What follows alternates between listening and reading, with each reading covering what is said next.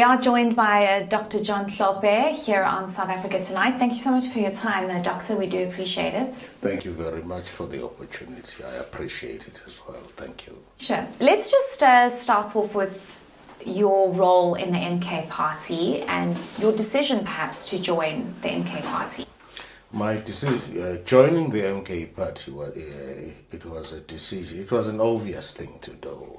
When I was impeached as a judge, it was a political decision. I could never have joined the ANC and the DA because both the ANC and the DA were behind my impeachment. So when the new kid in the block in the form of MK Party came into existence, it was the obvious party to join. But in addition to that, the philosophy of the MK Party, the people's mandate, including the constitution, these are things that are close to my heart. In other words, the policies, the overall policies of the MK Party are not strange to me. I can live with them, I can relate to them. So it was the obvious thing to do.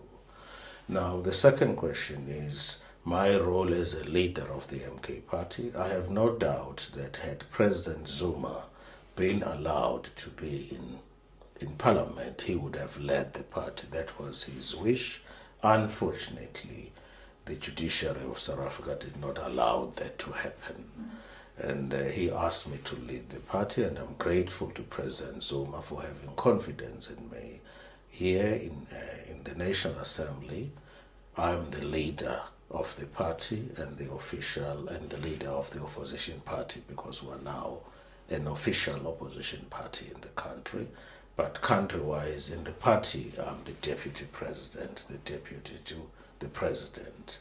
I don't want to go too much into your impeachment because that's done and it's over. But part of the reasoning or the decision to impeach you was because of your alleged remarks regarding President Zuma. Yes.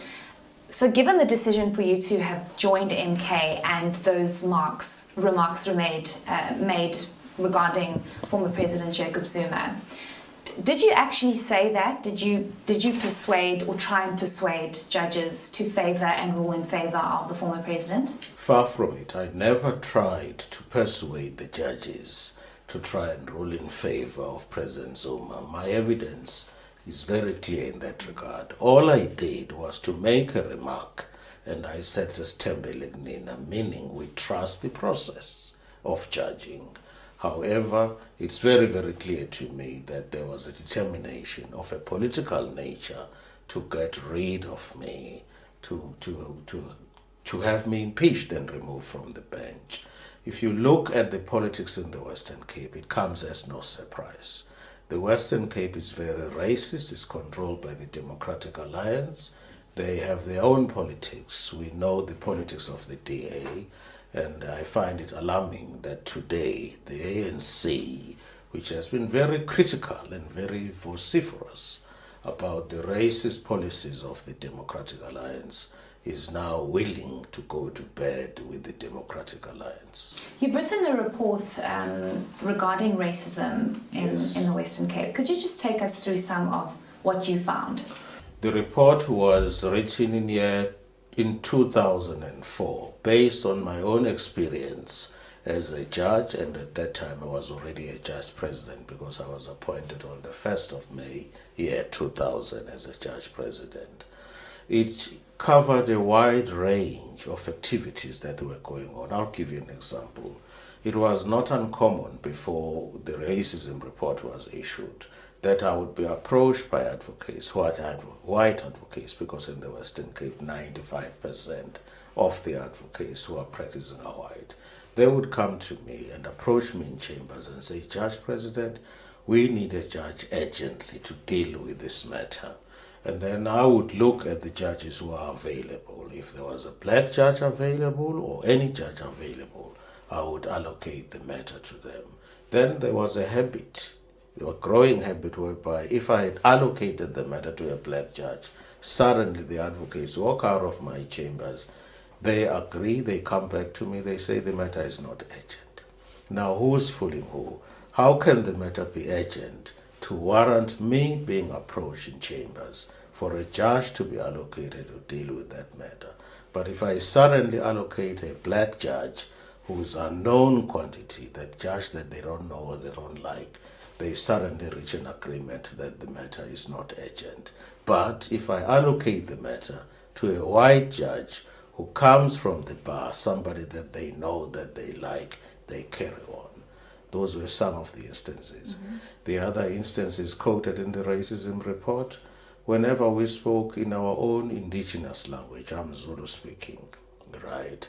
Our white colleagues, Afrikaner white colleagues in particular, would say, "On scanne warni, we can't hear you." And it became clear to us that we can't speak in our own language, but they would speak in Afrikaans, and we're expected just to draw the line. That's sheer racism. We must respect each other. If you have a right to communicate in your own language, I also have a right to communicate with my own colleague in my own language. And this is Zulu is one of the official languages in this country and is widely spoken in South Africa.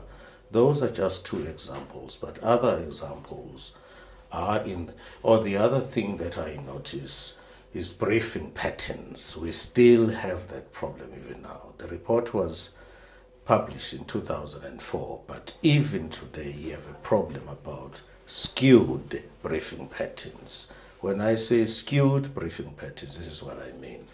You expect an attorney to brief an advocate irrespective of race. You must be briefed on the basis of your competence, your capabilities, and irrespective of race.